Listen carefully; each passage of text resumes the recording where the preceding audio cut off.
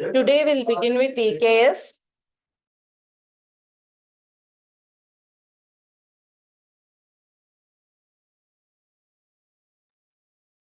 Today we'll begin with EKS, Elastic Kubernetes Service on AWS, and we have already learned the Kubernetes part, right? Today we will learn about the EKS, the Managed Kubernetes Service, right? For this we need to create the Kubernetes cluster. Here on AWS, you can search with EKS,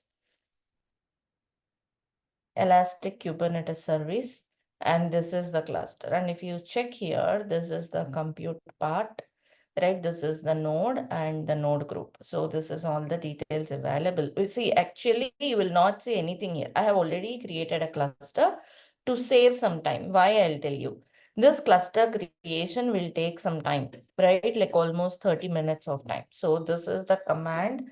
I have used EKSCTL. EKS command line utility tool to create the cluster. So this is, I have created it from CLI. So EKS CTL is the command line utility to manage EKS clusters. So EKS create cluster, name of the cluster, version of my Kubernetes API, the region, and the node group. You can have a certain number of node groups, any number of node groups you can have. And each node group means group of nodes which come from same AMI and same type, like T2 micro and coming from the AMI, same AMI. So again, these are all worker nodes. You will not see the master node here. Master node is the control plane which works at the backend. So this is the node group name NG1 and the node type is T2.medium. And the minimum number of nodes are 1 and the maximum is 4. And the desired nodes means this is a desired number, means it will start with one node. And if you implement scale out or scale in, it would scale into it may scale out to 4 and scale into 1 as a limits, right? So this is the command to create it. So like I said, you will see only the worker node. So one worker node will be created. And I mentioned T2 medium and I did not mention the AMI means it will create a cluster of T2 medium instance, one instance, kubectl get nodes. As I have created cluster from my local machine, from my laptop, I could also run here. So you can see the worker node here, one worker node being created. And as I did not mention the AMI, it will choose the EKS optimized AMI. See, this is the EKS optimized AMI, right? EKS optimized AMI, which will have the compatibility to and which will have all the compatibilities to run like the Docker, Kubelet, all the components will be coming up with this AMI. Right, that's what is EKS optimized AMI. And this is the cluster with the worker node, EKS2, NG1, node 1. Right, so the cluster is ready with one worker node. Now you can deploy any load on this cluster. So let's see deploying some manifest file. We have already seen how to deploy a deployment object, service object, right? So let us deploy some manifest file. From local, I'm going to do it, okay? Let me go here. Let me create some file like deploy1.yml. So here,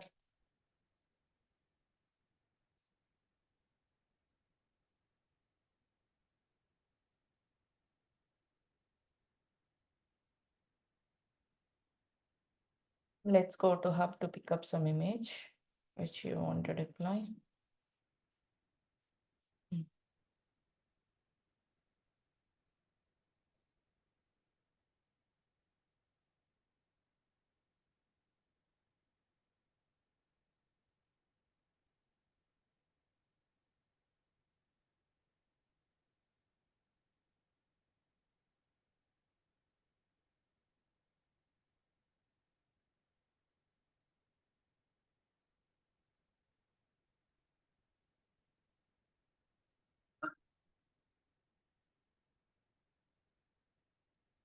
Let's say I want to deploy this one, right? Let's create some manifest file.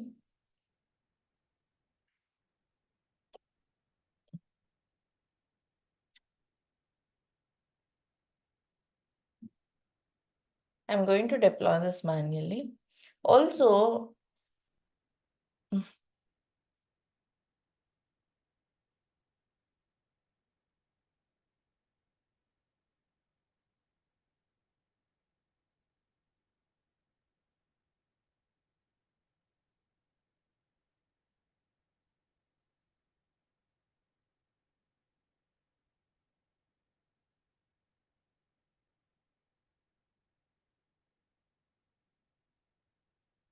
give me a second.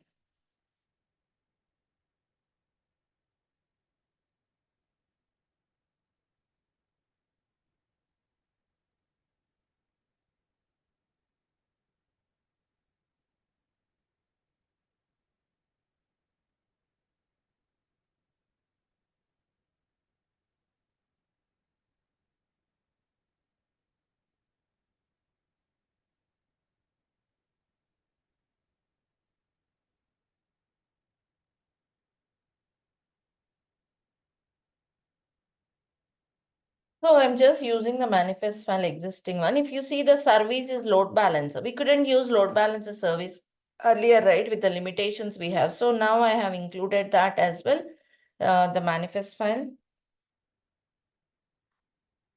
Okay, right? That is a load balancer service type. And then if you see here, yeah, I'm going to hard code this image name for now.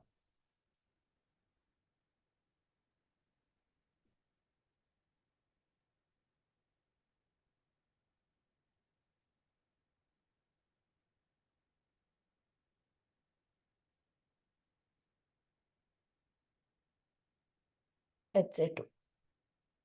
Right, and I'm starting with 2 replicas. But to pull this, we need again Docker key, right? That's a secret we need. We need to create this secret as well. Just a second.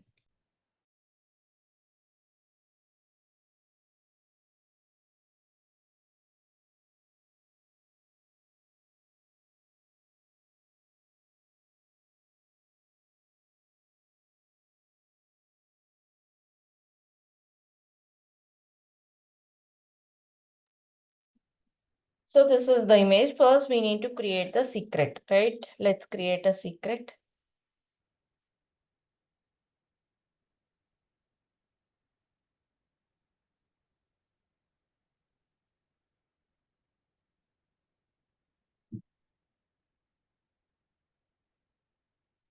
kubectl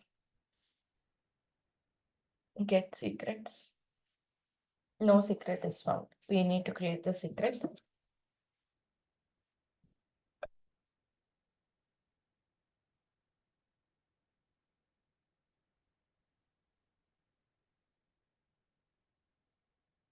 In the home directory, we would be having .docker. Here I have created a file config.json, config1.json, I think. Yeah. Actually, this is copied from the Linux machine. In Mac, it would be in a different format. See, this is the format in Mac, but I have created conf1.json copying from a Linux system. So let me create secret using this file. kubectl create secret generic docker key from file .docker config json, and the path is home directory dot docker config1.json. This is the file we are using, and the type of a secret. kubernetes.io slash docker config json. So no such file or directory. Okay, let's place this way. It might not be resolving this tilde. Let me use the whole.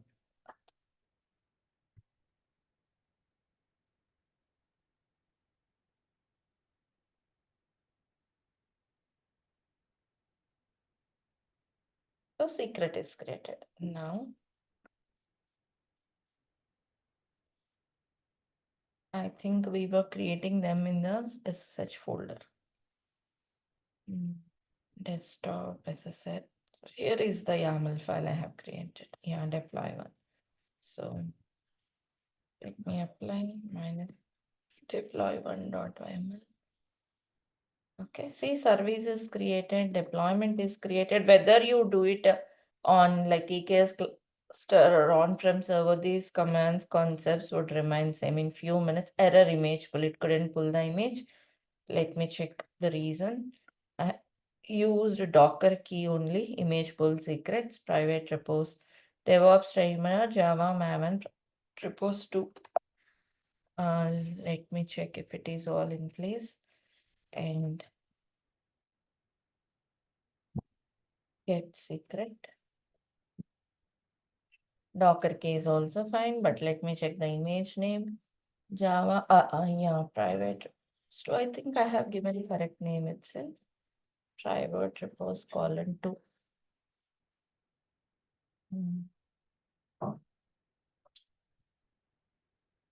Private repos. Oops, trainer.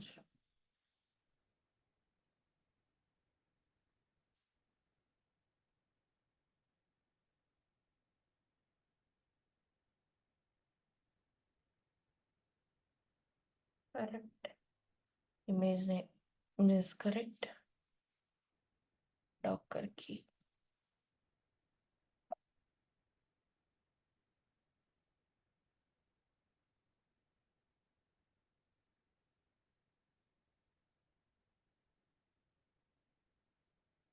Describe part. Failed to resolve. DevOps trainer. Full access denied. Insufficient scope. Authorization failed. Let me check the command I have used. Maybe this config1.js might be created with incorrect credentials. Okay, let me do one thing. And see, that's the thing. I think it was incorrect.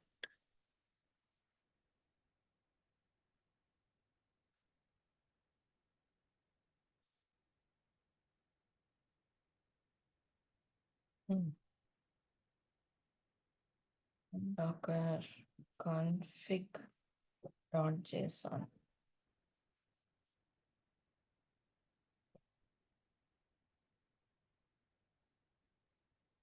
This might be created long back.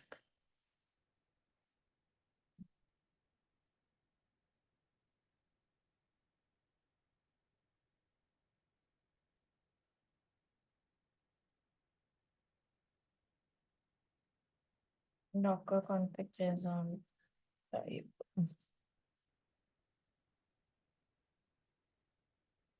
Okay. Let me do one thing.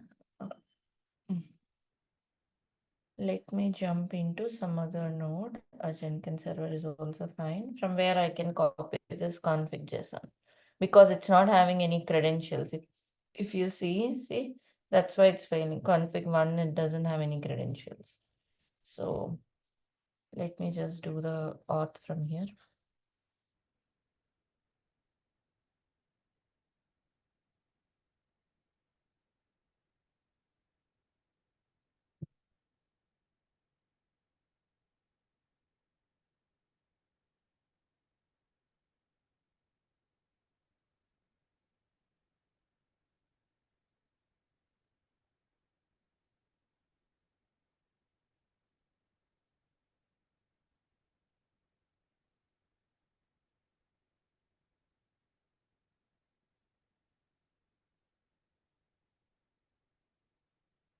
Let's switch to root. I'm removing this and we'll do Docker login again. Login.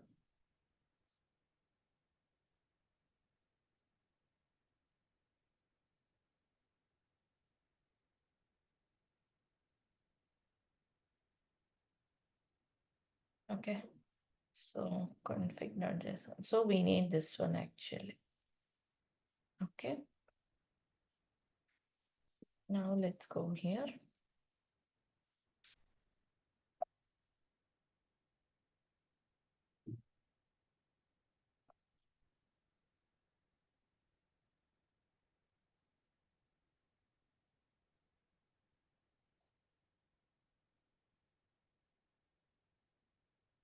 right? So this is the file that should be used to create the secret. So I'm deleting the existing secret, delete secret Docker key, and let's create again. So the same command we have used before. Okay, now let me delete the deployment and recreate it. Delete, deploy, Java, Maven, deploy.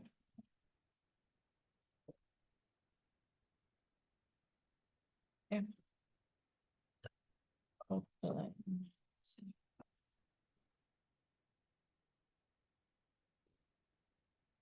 Okay, deploy file is in a different location.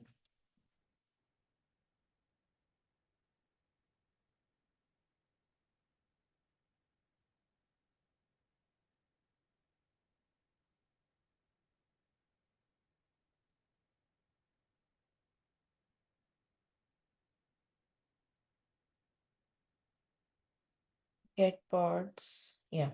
Do you see that? So it's perfect. It's working. Right. So we're doing good. Now let's see the service where we have created load balancer service, which is not possible earlier.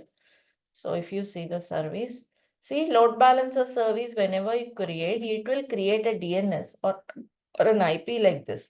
And if you hit the DNS on some port 8080 and the endpoint should be address book, right? That's where your application is created. Got it? So this is a new feature which we couldn't see on the earlier cluster type, right?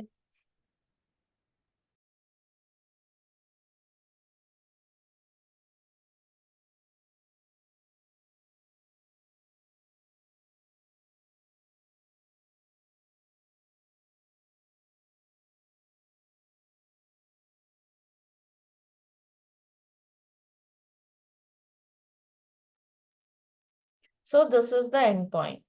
And this is the DNS. You don't need to change this. DNS help you balance the load across the nodes and the pods, right? What actually it does in the generally, if you create on-prem, you should create physical load balancer and configure it. If you have created on AWS on a cloud, you would be seeing it as here. You can see the load balancers here, right? This is the load balancer.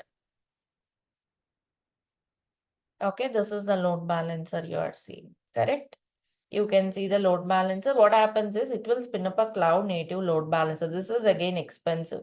So we shouldn't be creating all service as load balancer. One ingress as load balancer, all of the services would be diverted to the path-based routing.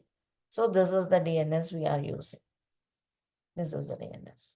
Clear? Any questions here in this part?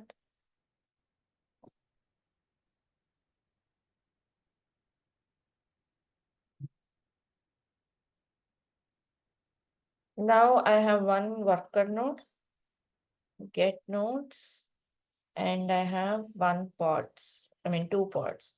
What if I want to scale the pods to 50? Is this one worker node enough? How to auto scale? It will not do auto scaling automatically. We have to do that. So we have to deploy some auto scaler, do some configurations. So let us deploy some auto scaler.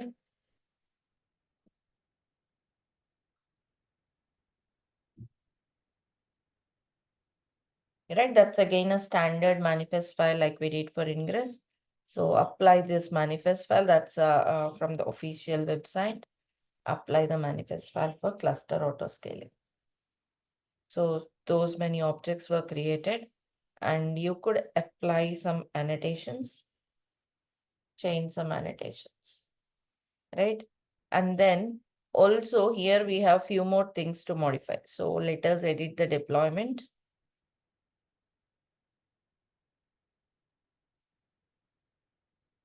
If you just scroll down, here are few parameters which you can modify, like image name. See, this cluster autoscaler is coming again from the standard image, right? It comes from some standard image. So I have tested something like 26.2 is being used, 24.3 is working. That's a tag 24.3 for the cluster autoscaler image. And cluster name, you could add the cluster name here.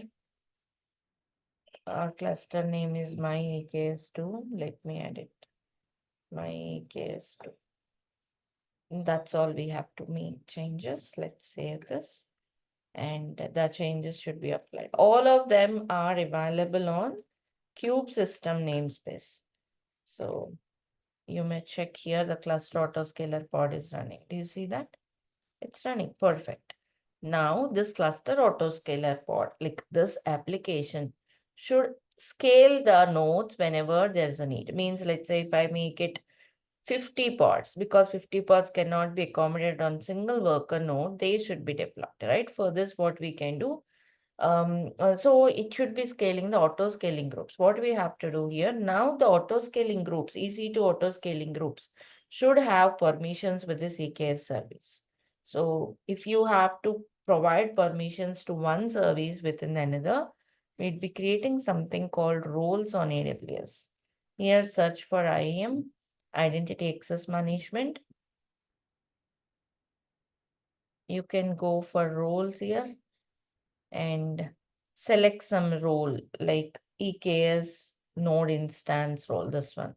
So the node instance role, go for it. Here we can add few permissions. Already certain permissions. See, these are all available managed services. If you want to create your own permissions, you can choose it. And this should work with EC2 groups, right? So the use case should be select a service and the use case should be EC2.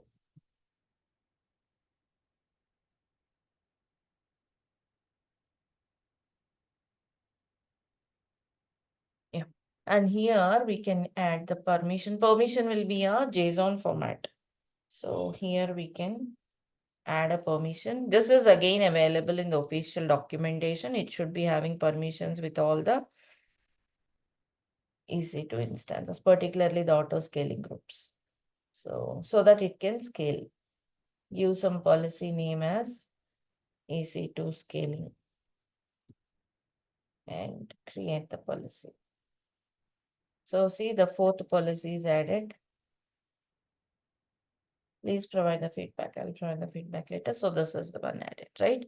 Now EKS node groups have got the permissions on EC2 scaling, right? So now if you try to scale this, let's say I'll scale the pods to some 50, as one pod wouldn't be enough, it would try to scale up, right? Let me just scale this to 10 replicas or whatever. What is the deployment name we have given? Java Maven app is the deployment name.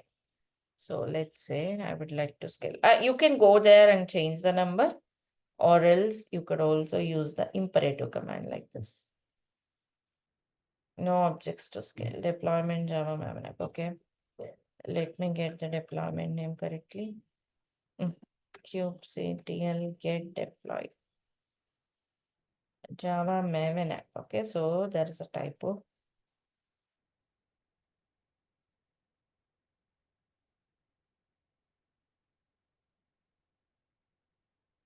This it is scaled. Get pods. See, some are pending state, some of them might be in the container creating state, right? If you want to see where they're running minus so wide, it would be running on the above command with output wide. They are all running on the worker node, but still they are in the pending state. Only single worker node you have, right? Slowly they are also, yeah, all of them are available. Maybe let me scale them to some more. All the 10 could be accommodated here. So let's say I'll just make them 30. So what now? Can also they be accommodated? See, they are not assigned to any node. You have only one node. Now already a cluster autoscaler is implemented. So it should scale as per the need, right? If you want to see what's happening, whether it is scaling or not, you could check the logs of the cluster autoscaler.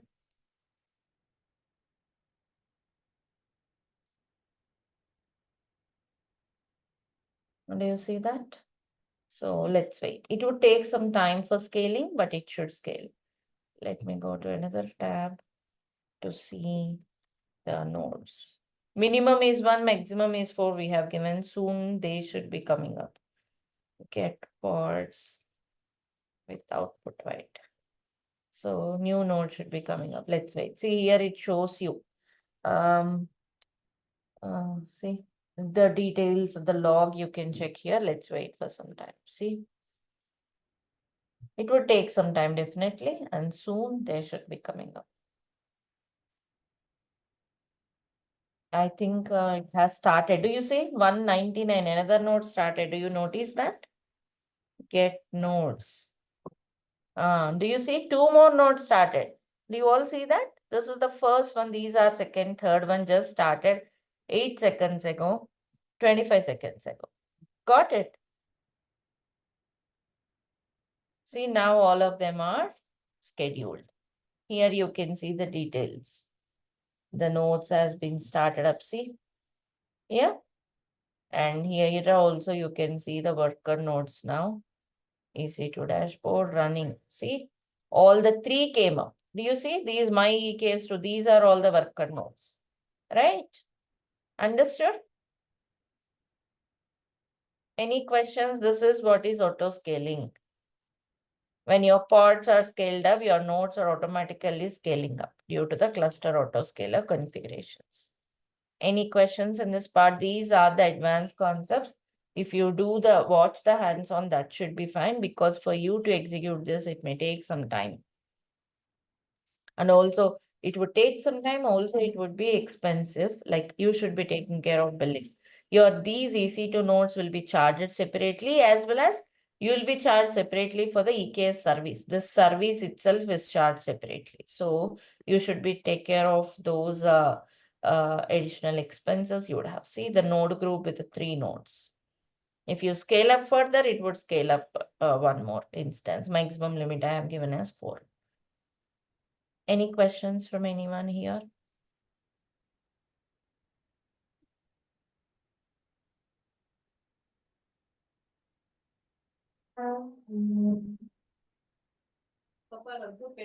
Is this much clear for everyone? Yeah, ma'am, got it. So this is how you do the scaling part.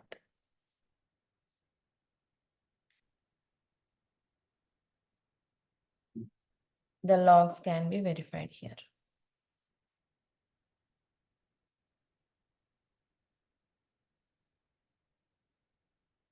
And the load balancer service I have covered. I have covered the cluster autoscaler. Any questions, anyone?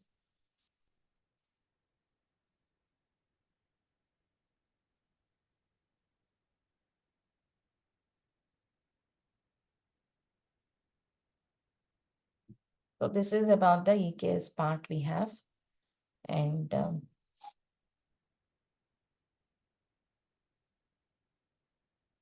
any queries?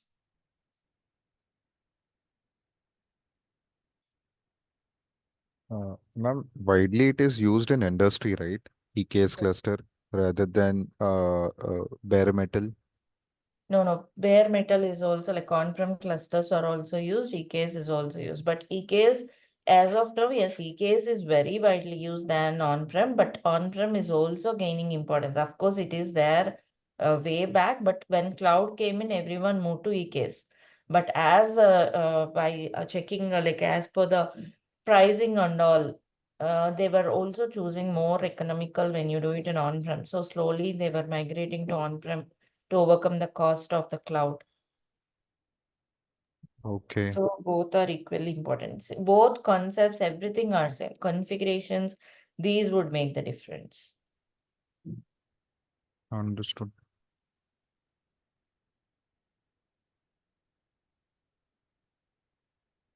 There are a few AWS services which we will look into tomorrow.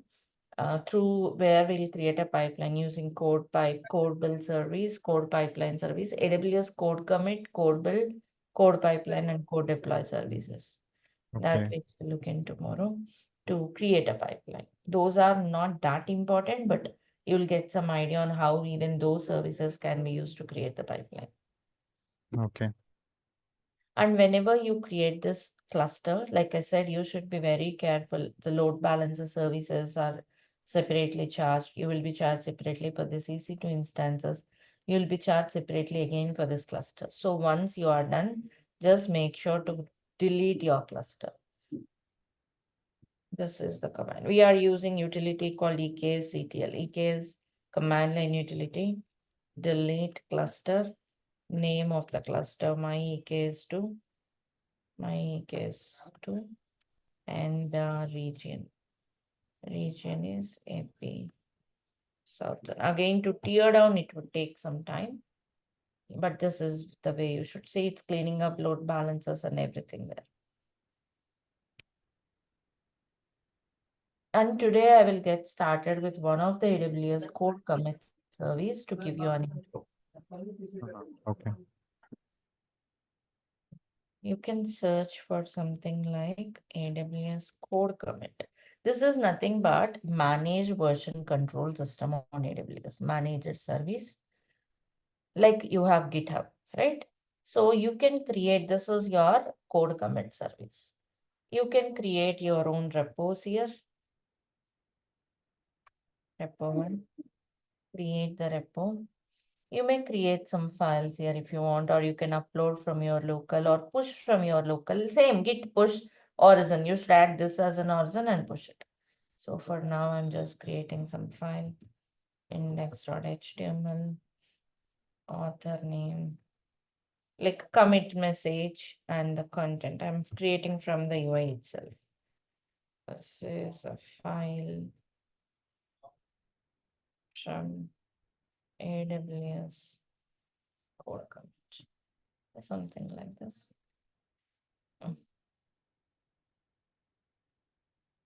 Right, this is the managed service. Like GitHub, you can do anything like you do. Like you may have, see, this is my repo. You can do commits, branches, everything like you do. Right, you may create a pull request. You can clone. You can do all of that. So I just went here for the repo. You may also push. Let's say I'll create a repo. This one, if you just go here, you have clone URL, right? You can add git add origin this URL. Then when you push, it comes to this part. And that's how I have pushed this repo. Add book, address book, I have pushed here also, right? So we can use this for our, means I'm going to create a pipeline by using the code from AWS code commit. How do you build it? Like we build this using Jenkins. You may do it here. But one difference you have here, like let's say I said you can add this origin, right? So it will ask for credentials. Those credentials should be, go to credentials. So this is not access key, secret access key. Okay. So if you just go here, you'll have a separate set of credentials for this.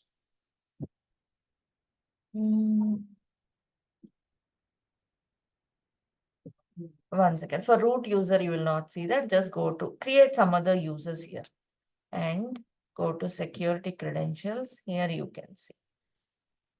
This is SSH key for code commit. This is HTTPS credentials for code commit. You can generate the credentials and store it. Create some regular user like IAM user, regular user, rather than using a root user. Root user is like a user with which you create this account, right? So you can create normal users. Go to user and create user. That's called IAM user. Always better to use this IAM user. So log in as IAM user and go to security credentials and create these credentials. Get HTTPS credentials for this. So these are the credentials you should use. Again, you will download them for the first time, same like you download access key and secret access key. That's how you can push here. You can give it a try as an assignment. Till now, I have shown you everything, right? Like git pull, git push, git add origin and all. Now the same way you have to push, because if you know version control systems, you should be able to work with any version control system, be it a GitHub or Bitbucket or code commit service with a little or with a small help. Like I have shown you this, these are the credentials you should use. Now push from your local to this code commit service. Can you do that from your end? Yeah, ma'am, I'll do it from my end. Yeah. So any queries or if you are stuck up, let me know. This is where you should just add this horizon. Like I have also, I believe I have shown you how to add multiple horizons. So add Mhm. this horizon. Whenever it prompts for credentials, give those credentials, and you should be able to push here. So once your code is available here, how to create a pipeline, what are other services, we'll see tomorrow. Code build service, code pipeline service, code deploy service. Those are simple services. We already know the CI service, deployment service and all. So here itself you can see the deploy service, pipeline service. We'll see tomorrow and create a end-to-end pipeline. Okay. Tomorrow will be the last class wherein we'll cover these services and create the pipeline. Any queries you have, you can. Course is completed, but still our support and you can avail all the services. I mean, you can utilize all the services we have provided.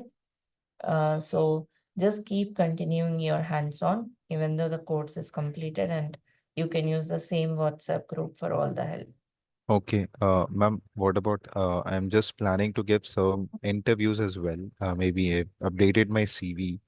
Okay. I'm also planning to give interview questions. So maybe if there are some hiccups in clearing an interview, or if there's some concept that I don't know which interviewers ask, maybe I can get in touch with you for that. Sure, sure, definitely. You can reach out to me on the WhatsApp Mm-hmm. and I can help you there. Okay, ma'am. Fine. Thanks. All right then. Any certification, ma'am, you can suggest maybe just to get a So which one you would be interested into, like a DevOps part or cloud part? majorly I'm looking for both the roles, cloud and DevOps. Hmm. So Uh, if it is cloud, go for AWS first certification, AWS associate, plan for it. And mhm. then for if it is DevOps, you can plan from Terraform associate and Kubernetes developer role, right? Okay. So the course might be a little bit different, but the content which we have learned will help you self-learn that, right? So you can just Okay. go through some content first with the official websites and also some tutorials which you can have it, like the self-paced learnings will be there available in Okay. Udemy, and go for some practice tests and you should be fine. And any help in that regard also you can reach out to me. Okay. I'm planning to prepare that documentation as well for certifications. I'll Mhm. post it shortly. Okay. Ma'am, a quick question. As a part of a DevOps engineer, usually the interviewers usually ask what are the challenges that you faced in your day-to-day life, and also he usually asks us that okay, give us two or three instances where you have a problem and you overcome with that problem. Mhm. So maybe how we can tackle that questions. Like you are executing so many scenarios now, right, in our class. So Mm-hmm. whatever you got an error, you stuck up, all of that can be mentioned in a detailed way. You have to prepare for it and you can explain them. Like let's suppose Mm-hmm. today we deployed something in our cluster. We saw Mm-hmm. that image pull error, right? Image Mm-hmm. is like secret, there is some problem with the secret. So we are seeing the image authentication error. That could be explained as a challenge. Like like we face the challenge of pulling the images and I have worked on secrets and configured them correctly. That itself could be. And another thing is pods are not coming up. Auto scaling is not working. I have implemented cluster auto scaling. That itself is can be explained as a challenge. We want dynamic scaling, so we went ahead and did cluster auto scaling. Same is the case with the pipelines. Like my pipeline is failing. Let's say um, you are trying to push to the registries, but image is not taking up the tag. So to have a unique image, you have used a tag as a build number, which would be a unique factor, a unique one which could be tagged for each run, right? So those are all could be explained. So that's why if you just do the hands-on thoroughly, you yourself will get so many ideas on what challenges you could explain them, right? So Yeah, those could be some of them. And coming to Terraform, let's say you have some code you are using the same code, but later on you thought of replicating it or applying it to solve environments.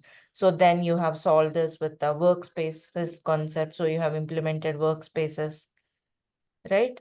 So just Okay. understand the topics thoroughly and what this problem is solved with. Means, let's say we have discussed workspace. Workspace are for multiple environments. So that itself could be explained as a challenge, right? Like we used to have one environment, later on when we want to replicate, we started the Terraform project from the scratch. Then we implemented workspaces to implement this replication. So kind of. So this applies to every concept there. Okay. Got it. Same is the Uh, case with the Jenkins jobs. You just deep dive in, pick up some scenarios, some concepts which you are very thorough, very well versed with. You can mhm. relate to them. Okay. Got it. Fine, ma'am. Thanks. All right, then. See you tomorrow for the last class, and thank you. Have a good day. Thanks. Bye.